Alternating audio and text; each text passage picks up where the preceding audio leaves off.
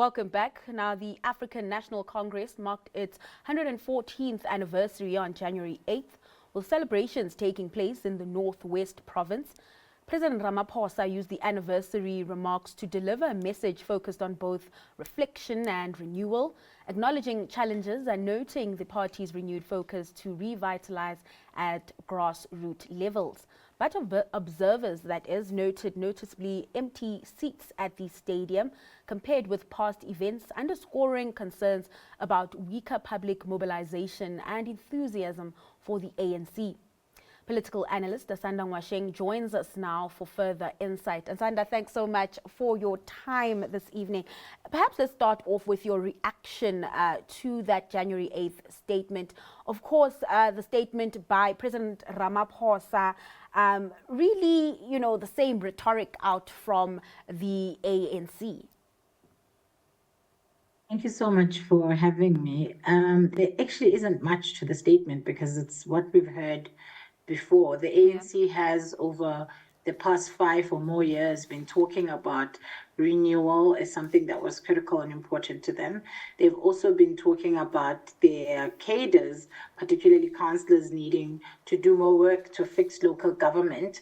And they've also been talking about securing our economy so that it grows and youth can be able to be employed, which isn't the case at the moment.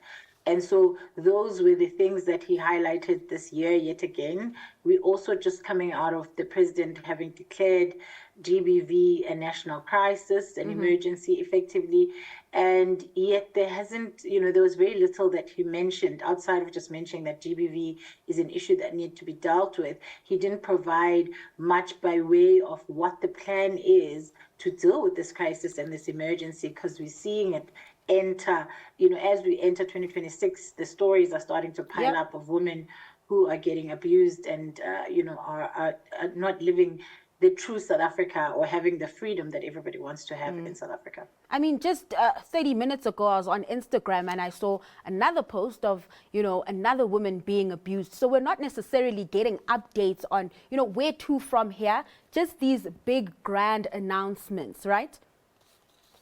Yes, and this is the problem. And I focus particularly on GBV because people don't understand that, when women are not safe, it also has implications on our economy. It has implications on women's ability to have livelihoods and to be able to be independent and self-sustain.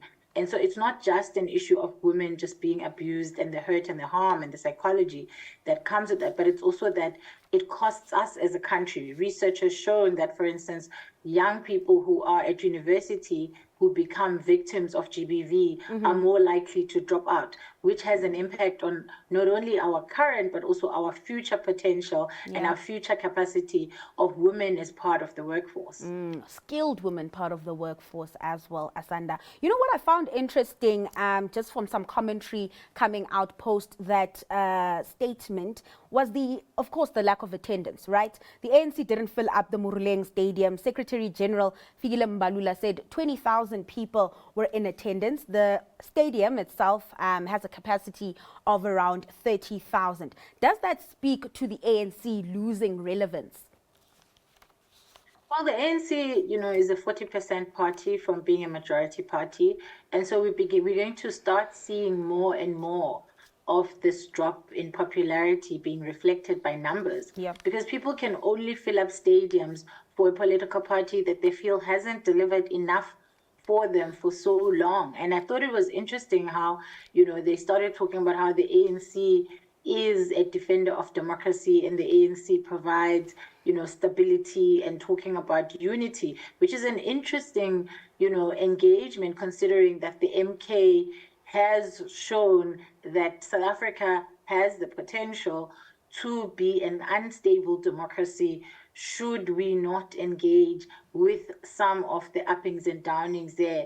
So I think, the ANC is trying to show the ways in which it's different to other political parties, and particularly emerging political parties, and particularly a political party like the MK, which had an impact on their ability to receive the majority. And in fact, took the percentage that would have given them the majority, essentially. And quickly, before I let you go, where does then this leave, I guess, the ANC's fate when it comes to those local government elections coming up close to the end of the year?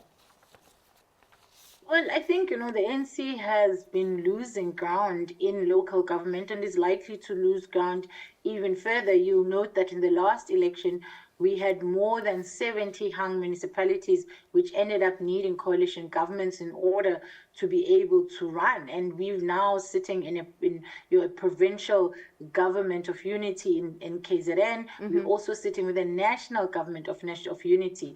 And so we're likely to see more hung municipalities and the ANC getting less and less people as people move away from the political party, because while it delivered and people were happy with it and able to give its majority in the early years, the past sort of 10 years have shown a party in decline, which of course isn't surprising, because the African, in Africa, political parties that freed people, liberation movements, generally get to a point where people are no longer interested in what was done in the past and want to know what is being done in the present, but also what is likely to happen in the future. And it seems that Africans are not giving the ANC a vote of confidence for the future while appreciating the past. All right, let's leave it there. Asanda, thank you so much for your time and sharing your insights with us this evening. That was political analyst Asanda Ngoasheng.